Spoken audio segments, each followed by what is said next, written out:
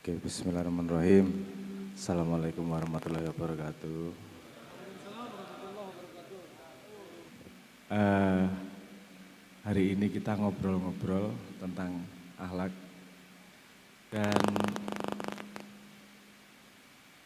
oke. Dan aja tausiah yo. Aku duduk kiai, gak iso tausiah iki. Saya lebih seneng diskusi, ngobrol, bagi pengetahuan, bagi ilmu. Eh, Nek tausiah bagiane Gus-gus, bagiane kiai-kiai. Nah aku dijeluk Gus iki fitnah rodokan niku. Eh, Blas gak cocok dadi Gus. Provokator malah cocok ya.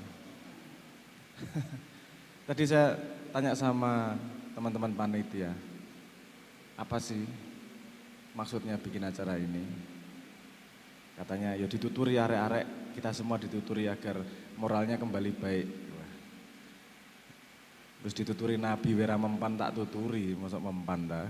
Karena ya rada ora masuk akal. Kita mending diskusi aja. Karena memang banyak ada beberapa acara terakhir termasuk besok itu di salah satu kementerian temanya hampir sama. Urusan moral, integritas, etik dan seterusnya. Ini memang tema yang lagi hot. Kebetulan Indonesia dapat julukan sebagai bangsa dengan adab terburuk se-Asia Pasifik di sosial media. Ini kan agak kontradiktif dengan mayoritas Islam dan ajaran Islam mengutamakan adab kan gitu ceritanya. Dan saya bertanya, ada dua cabang nih kalau mau kita ngomong akhlak.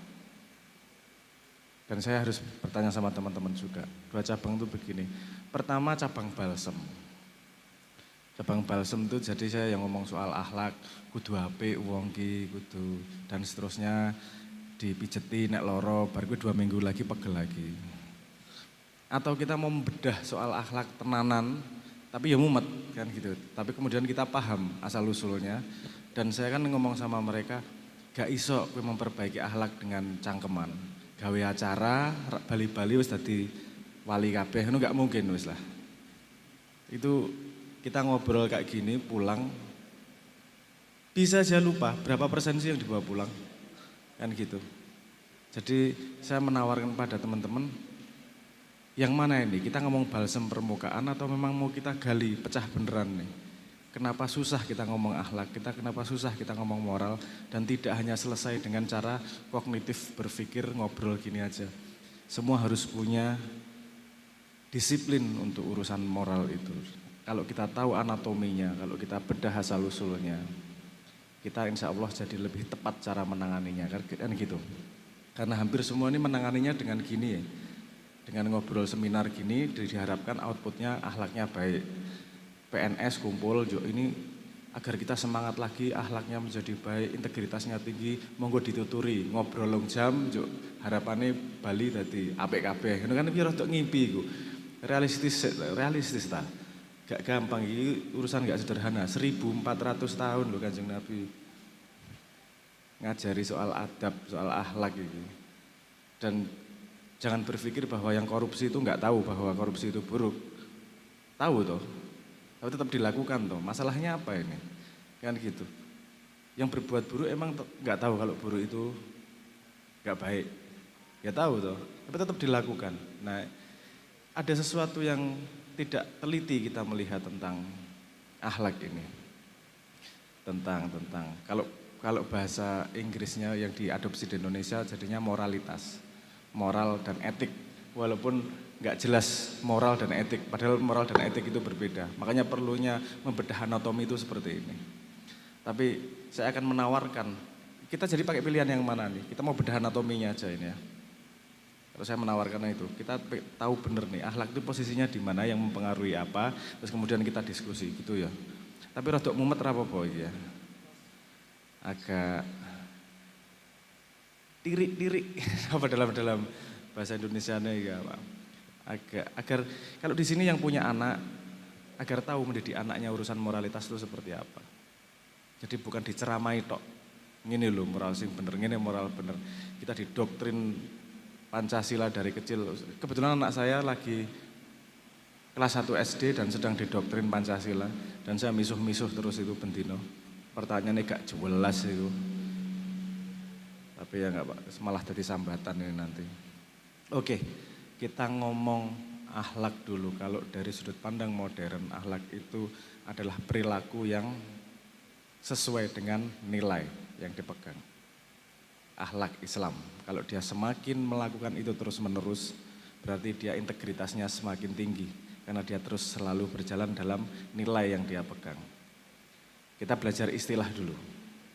Gitu ya, belajar istilah dulu. Karena belajar apa-apa ini mulai dari yang namanya simplex. Simple dulu. Kayak belajar huruf, baru belajar kata, baru belajar kalimat, baru bisa bikin alinea dan baru bisa bikin buku kan gitu. Kita urutannya dulu dari konsep yang sampai ke akhlak itu. Manusia akalnya itu guna utamanya untuk membedakan sapi sama ayam, membedakan bapak sama ibu, membedakan sendok sama garpu, termasuk membedakan benar dengan salah. Itu fungsi utama. Akal itu mampu membedakan.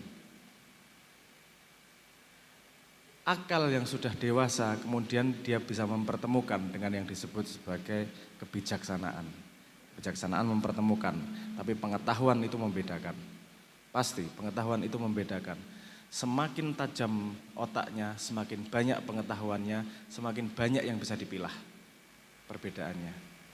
Orang cuma bisa membedakan sapi sama kambing, sapi sama ayam. Tapi semakin dalam ilmunya, sapi bisa dibagi-bagi. Sapi apa? Mercy, ono sapi Bali, limusin kok Mercy. Sapi limusin, sapi Bali, sapi apa? Wah, sapi limusin yang kayak apa? Bisa dipecah lagi, ya bisa dipecah lagi. Itu fungsi akal pengetahuan adalah mampu membedakan. Nah, membedakan itu perlu yang namanya timbangan.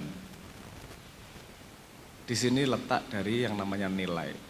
Manusia pertama, manusia lahir itu selalu mengadopsi yang namanya nilai. Nilai dari orang tuanya, nilai dari gurunya, nilai dari lingkungannya. Kalau ada anak-anak yang lahir di lingkungan penjudi, dia dan melihat sekitarnya main judi terus, dia tidak akan menilai judi itu hal yang buruk karena dilakukan oleh semua orang. Paham maksud saya ya? Karena dia pertama cuma mengadopsi secara random dari sekitarnya. Baru kemudian ketika dewasa dia belajar nilai-nilai yang terkonstruksi dalam narasi ilmu. Narasi ilmu contohnya agama. Jadi mengambil nilai agama itu gunanya untuk bisa membedakan benar dan salah. Paham maksud saya ya? Nilai adalah tonggaknya, alatnya, nilai diadopsi dulu. Kalau mau masuk Islam, nilai pertamanya adalah bersyahadat itu. Berarti semua konsep nilai yang dalam Islam kita mau masuk ke dalamnya, mau menggunakan itu untuk membedakan benar salah. Nilai. Setelah dia megang nilai, kemudian dia gunakan untuk membedakan benar salah. Nilai kan berdiri sendiri. Ketika dia pakai, dia ambil dulu nilainya, diadopsi. Kemudian dia pakai untuk membedakan benar salah, itu yang namanya moralitas. Makan babi, menurut Islam benar atau salah? Lihat kondisinya. Kalau terpaksa ya boleh, tapi kalau keadaan normal salah. Kalau tujuannya ke surga. Kalau tujuannya ke neraka ya bener. Mangano babi seagak-agak nek iso ngambil babi yang nyolong dari tempat anak yatim. Itu kan tingkat-tingkat dosane kuadrat. Jadi moral adalah kemampuan menggunakan nilai untuk membedakan benar dan salah. Baru akal. Setelah itu, kalau dia tahu benar dan salah, dia lakukan benar-benar berdasarkan itu yang namanya etika. Kita kasih contoh. Orang Islam mencuri itu benar atau salah? Salah. Korupsi itu benar atau salah? Dia melakukan berarti dia tidak punya etika terhadap nilainya. tetap melakukan korupsi. Paham maksud saya ya? Berarti akhlaknya tidak sesuai dengan nilainya. Akhlak adalah konsistensi dia dengan nilai yang dia bilang dia pegang. Itu kuncinya utamanya. Kalau dia lakukan terus-menerus tanpa ada bolong, itu namanya integritas. Semakin dia konsisten melakukan etika sesuai dengan nilainya, itu namanya integritasnya tinggi orangnya. Gambarnya udah jelas ya, nilai, moralitas, ada etik, akhlak. Akhlak terus menerus jadi integritas. Gambarnya udah jelas. Oke. Sekarang kita setelah menggambar dari sisi konsepnya, kita menggambar dari sisi manusianya. Oke. Ini kenapa saya ngomong agak ruwet, nggak apa-apa ya, kita terusin ya. Itu dulu diserap dulu ya, oke udah paham. Ada nilai yang kita pegang, kita gunakan untuk membedakan benar salah, namanya moral. Kita lakukan benar-benar, hasil dari benar salah itu jadinya etik, jadinya akhlak. Dilakukan terus-menerus secara konsisten, jadinya integritas. Oke ya, petanya sudah jelas.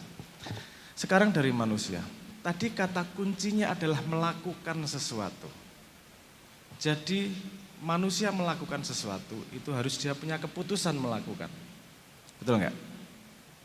Kalau Anda melakukan sesuatu, itu asalnya dari mana?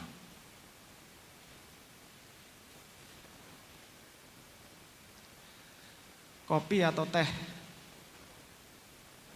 Milih mana? Kopi misalnya. Dari mana asal keputusan itu? Dari akal. Betul ya? Oke. Yang kelihatan di luar itu adalah keputusan pelakunya. Melakukan apa? Dia minum kopi atau minum teh? Yang kelihatan dari luar. Yang nggak kelihatan ada di dalam adalah yang pikirannya terjadi. Itu di dalam dirinya. Pikirannya muter nih. Aku milih apa ya? Kan gitu. Oke. Sekarang pertanyaan, kan semua tadi ketika saya di awal ngomong dipikir, akhlak itu bisa pakai pikiran. Padahal pikiran itu juga tergantung pada sesuatu. Pikiranmu tidak selalu keputusannya sama. Pikiran tergantung apa? Pikiran juga tergantung sama yang namanya perasaan. Nek perasaanmu lagi enak, lebih banyak sedekah pasti. Perasaannya lagi gak enak, lebih susah sedekah misalnya. Paham ya? Jadi semua pikiran itu pasti tergantung dengan perasaan. Pertanyaan kita gali lagi ke bawah. Semua perasaan tergantung sama apa? Semua perasaan tergantung sama emosi. Bedanya emosi sama perasaan apa sih? Kan gitu. Kita selama ini menggunakan perasaan dan emosi sebagai kosakata yang sama. Itu berbeda maknanya. Kita petakan lagi nanti. Emosi tergantung apa? Nanti saya jelaskan. Emosi itu bergantung pada apa? Emosi bergantung pada fisiologi badan. Oke. Paling bawah apa namanya? Badan. Yang kamu miliki, wadak. Kan kita mencoba mengurutkan dari badan sampai melakukan sesuatu. Karena akhlak ini melakukan sesuatu nih. Siapa yang melakukan sesuatu? Badan. Kalau kita nggak tahu urutannya, kita nggak akan tahu memperbaikinya gimana nih. Karena proses ini terjadi dari A sampai Z. Oke, di badan itu ada jantung yang berdegup, ada darah yang bergerak, jadi ada energi yang bekerja. Betul? Paham ya? Setelah ada energi bekerja itu, kemudian di atasnya ada yang namanya emosi. Emosi bahasa Inggrisnya apa? Kita itu ngambil dari bahasa Inggris. Emosi bahasa Inggrisnya emotion. Motion itu artinya apa? Bergerak. Motion itu artinya bergerak. Emotion artinya energy in motion. Energi yang sedang bergerak di dalam tubuh nih. Ini emotion. Jantungnya deg-degan, itu baru emotion. Tapi kalau deg-degan karena naksir, baru perasaan. Deg-degan karena dikejar anjing, ketakutan, itu perasaan. Tapi deg-degannya adalah emotion. Emosi adalah ketika manusia menyadari pergerakan di badannya, menyadari pergerakan energi di badannya.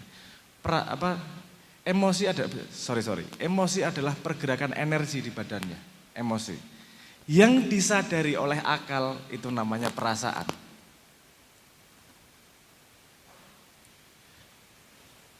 Bingung nggak? Paham nggak? Ada badan, fisiologi. Di badan ada sesuatu yang bergerak. Ada darah, ada jantung, ada nafas, energi yang bergerak. Kita tahu ada energi yang bergerak di sini. Kadang-kadang deg-degan, kadang-kadang enggak. Ini energi yang bergerak. Kalau kita memahami kenapa energinya gitu, jadinya perasaan. Kalau kita tahu sudah merasakan sesuatu, ini berpengaruh pada pikiran. Pikiran itu berpengaruh pada perbuatan. Misalnya gini, kenapa Anda disuruh wiritan, disuruh sholat? Menenangkan hati, artinya agar perasaannya, emosinya stabil. Karena pada emosi yang stabil, emotion yang stabil, Anda akan punya pikiran yang lurus, yang imbang. Kalau Anda lagi nggak tenang, disuruh ngambil keputusan kira-kira benar nggak? Bahkan ketika jatuh cinta ngambil keputusan salah. Ada kalimat gini, jangan pernah ngomong kotor ketika marah dan jangan pernah berjanji ketika bahagia. Menyesal pasti nanti. Dek, sehidup semati, dek, kamu mati saya ikut mati, dek. Delok 3 bulan kemudian menyesal mesti gue. Ya ora ngono-ngono banget sih, biar kan pas lagi seneng kan gitu. Artinya yang keluar dari mulutmu tidak imbang karena sedang tidak imbang nih emotionmu. Perasaanmu sedang tidak balance, tidak seimbang. Apa balance bahasa Indonesia? Ini seimbang itu, tidak pada titik equilibrium, titik keseimbangan. Untuk mengeluarkan akhlak yang baik, tidak hanya pengetahuan tentang benar salah, tapi juga ketenangan hati, ketenangan perasaan, pemahaman terhadap emosi, dan menjaga tubuh dengan sungguh-sungguh. Saya nggak tahu ini pernah dibahas atau belum sama Pak Kiai atau atau sama Gus-Gus, bahwa aksi itu tidak hanya pada pengetahuan pikiran. Karena banyak yang disuruh di agama, itu tidak hanya urusan pengetahuan. Anda kon wiritan, ping 300, apakah urusan pikiran? Urusan menata perasaan, untuk menata emotion, menata energi yang bergerak di dalam agar seimbang. Karena hanya dalam keadaan seimbang, pikiran bisa lurus dan bisa melakukan keputusan yang sesuai dengan nilai. Paham nggak gambari? Aku bikin 2 gambar yang agak berbeda ini tadi. Paham ya? Jadi manusia layarnya ada fisik. Kenapa Anda olahraga ada yang ngomong nggak ada gunanya? Itu gunanya.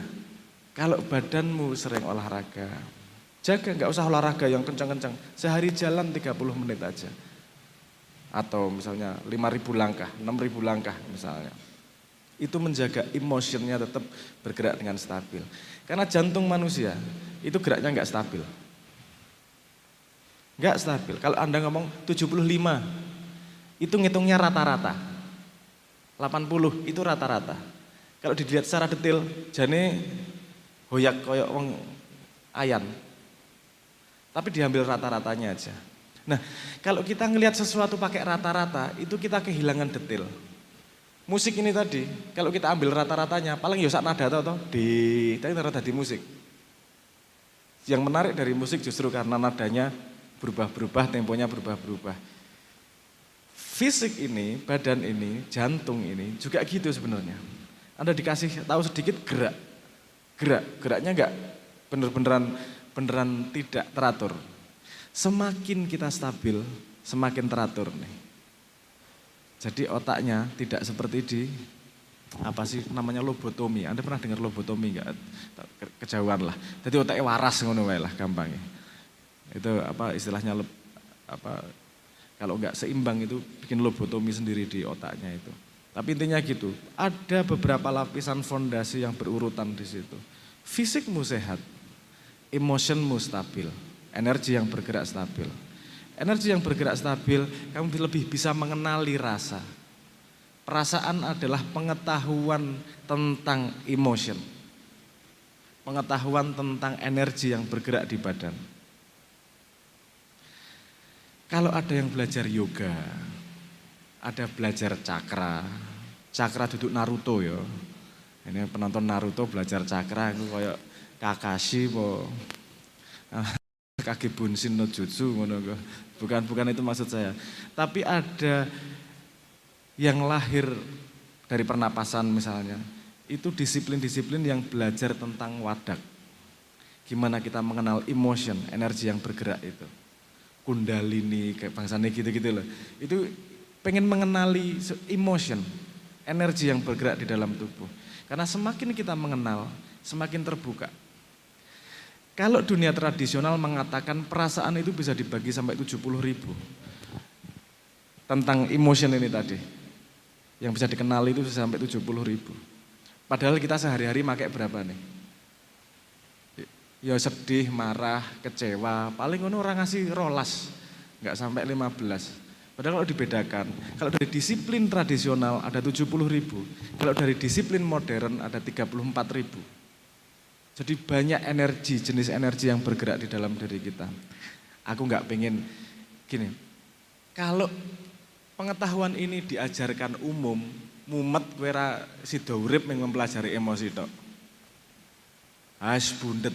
Makanya agama memberi jalan pintas.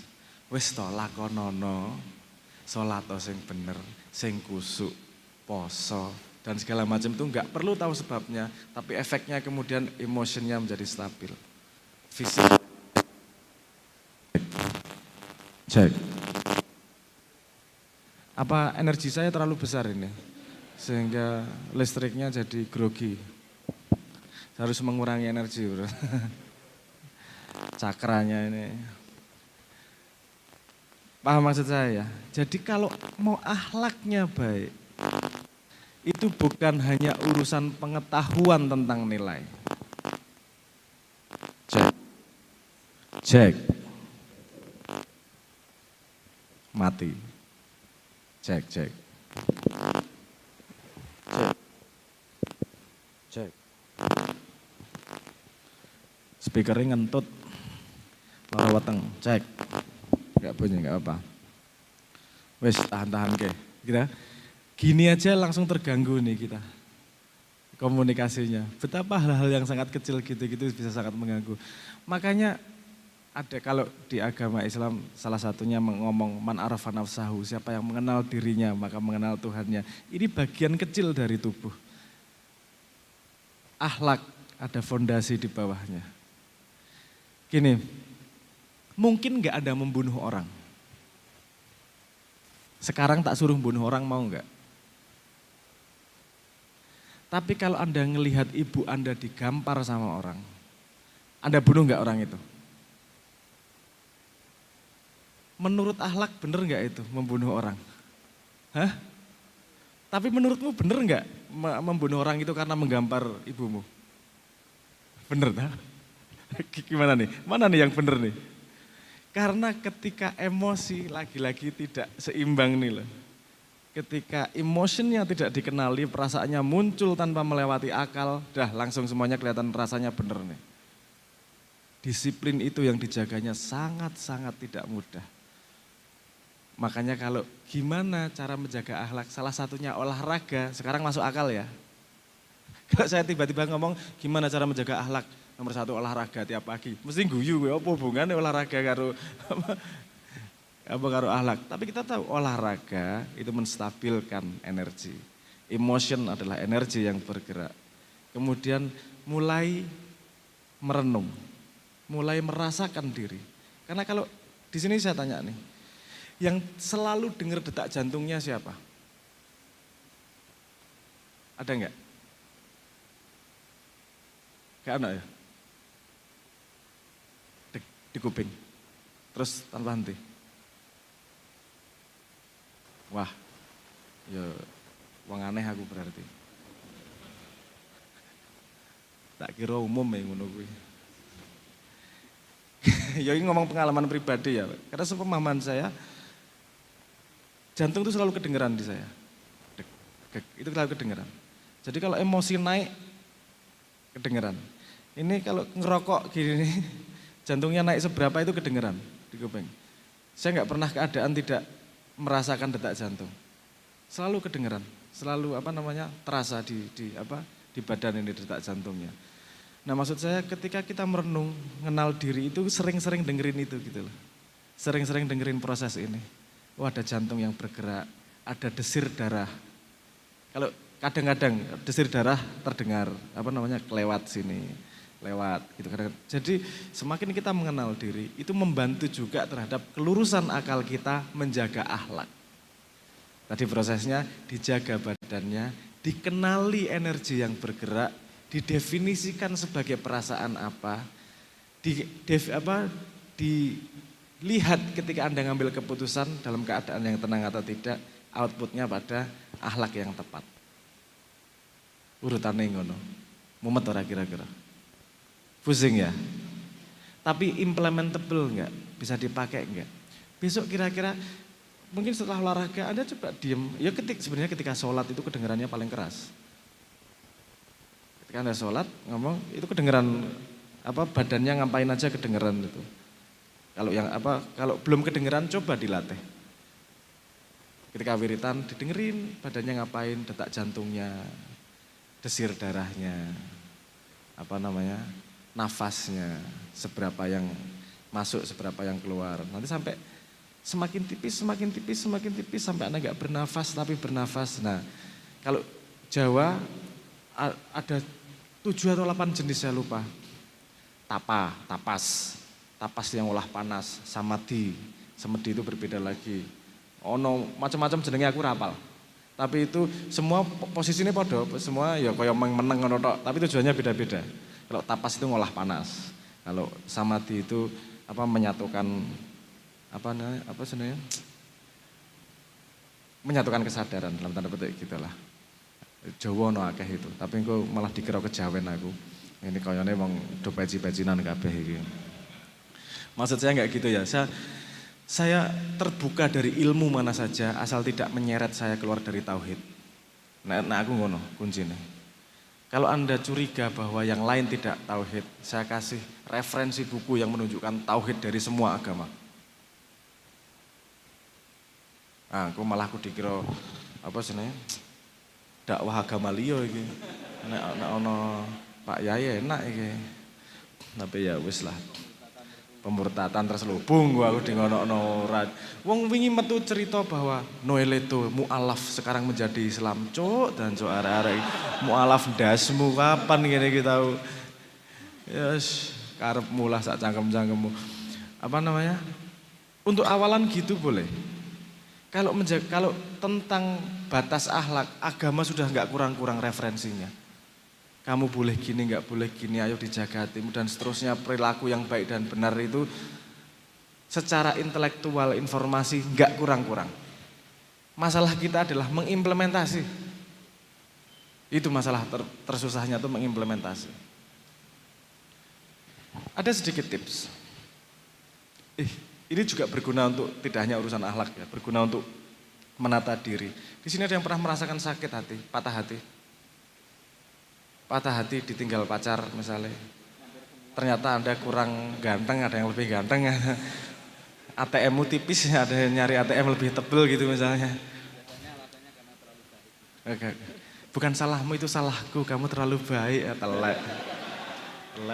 Trik. Centang biru loro ora dibales-bales, taek. Keadaan patah hati itu keadaan yang paling, ya bukan paling ya, salah satu keadaan yang paling strategis untuk berubah. Karena itu keadaan gak enak. Manusia itu tidak berubah karena ide. Manusia itu berubah karena dia ingin meninggalkan keadaan tidak enak. Kalau kamu sekarang merasa enak, gak mungkin kamu mau berubah, ngapain mau enak. Orang patah hati itu ngapa-ngapain gak enak. Pasti dia mau berubah. Kon angkut karung mubeng asal hilang patah hati ini diangkut wis tak jamin. Pengen jengking, jempalik koprol neng alun-alun dilakoni wis mbangani loro ati. Wis to. Lebih Jadi tadi itu kuncinya bahwa manusia itu berubah bukan karena ide, tapi karena dia ingin sesuatu yang lebih baik. Dia merasakan tidak baiknya sekarang, tidak enaknya sekarang. Kamu tidak mungkin merasakan tidak enaknya sekarang kalau tidak mengenal dirimu.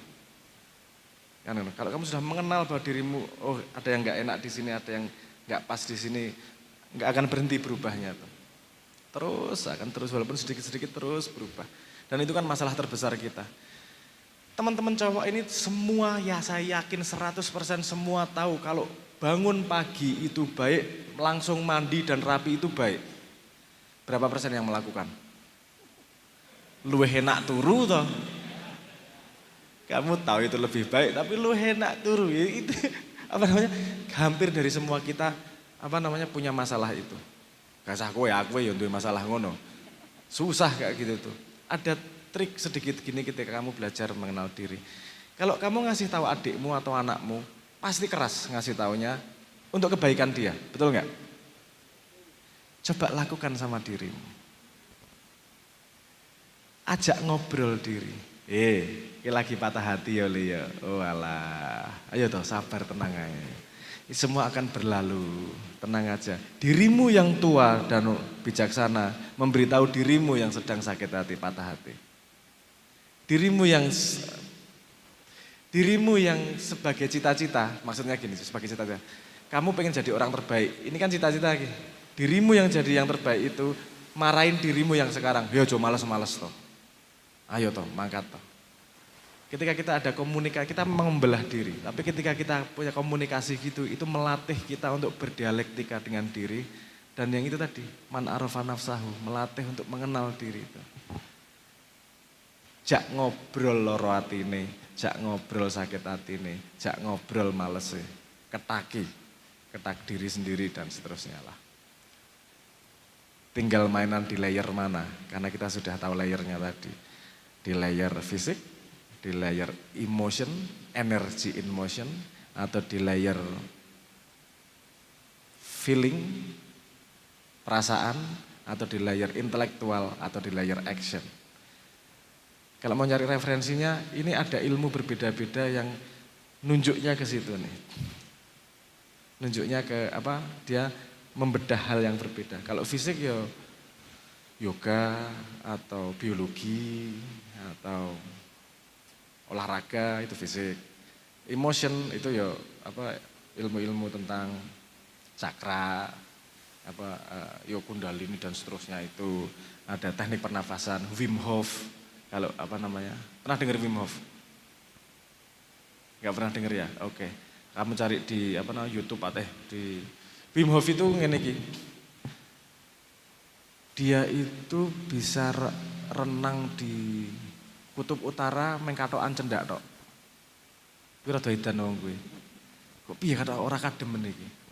Tenanan loh. Dia bilang saya punya teknik nih untuk ngolah ngolah energi. Ditaruhin di dalam lab. Oke. Taruhin air dingin kedinginan dia. Terus ayo dinaikin temperatur tubuhmu. Dia pakai tekniknya dia temperaturnya naik. Seret stabil. Gak kedinginan lagi. Dia bisa mengontrol panas dalam tubuhnya. Pakai sebuah teknik pernafasan yang dia temukan sendiri karena belajar dari nenek moyangnya, dari kulturnya. Nenek Jawa tapas itu tadi, panas. Mengolah panas, energi itu kan dari panas. Nek mau ngerasakan panas paling gampang kan puasa. Nek puasa kan hatinya panas. Ngelih, panasan, pengen ngantemi wong ngerasanya itu panasnya cuman nggak diolah, cuman dirasakan keluar tapi belum diolah nih. Seharusnya ya ada teknik-tekniknya tentang mengolah itu. Jadi menurut saya ambil sumber-sumber itu. Nenek moyangmu bukan orang bodoh, nenek moyangmu orang pandai. Cuman mungkin nggak pakai bahasa modern. Jadi cara ngobrolnya berbeda, cara menyampaikan ilmunya berbeda. Tapi jangan buang ilmu apapun sebelum tahu. Kamu nggak berhak buang apapun sebelum kamu tahu. Kalau kamu tahu terus nggak berharga, buang nggak masalah. Tapi kenal aja belum sudah nyala-nyalain syirik, kafir, kok kenal durung ya.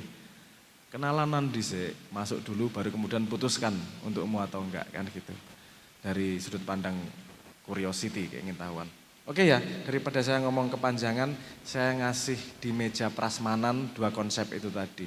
Ada value, ada nilai, ada moralitas, dan ada etik atau akhlak. Dan pada titik yang sama, saya akar ke manusia yang berbeda. Ada fisik, ada energi yang bergerak, emotion, energy in motion. Ada perasaan atau feeling, kemudian ada intelektual. Ini tumpuan satu di atas yang lain, intelektual baru keluar sebagai keputusan, action. Nah ini bertemu dengan konsep ini tadi pada keputusan perilaku yang berakhlak atau tidak. Awalnya ngoten dhisik nggih. Monggo saya lempar kembali kepada moderator. Matur nuwun.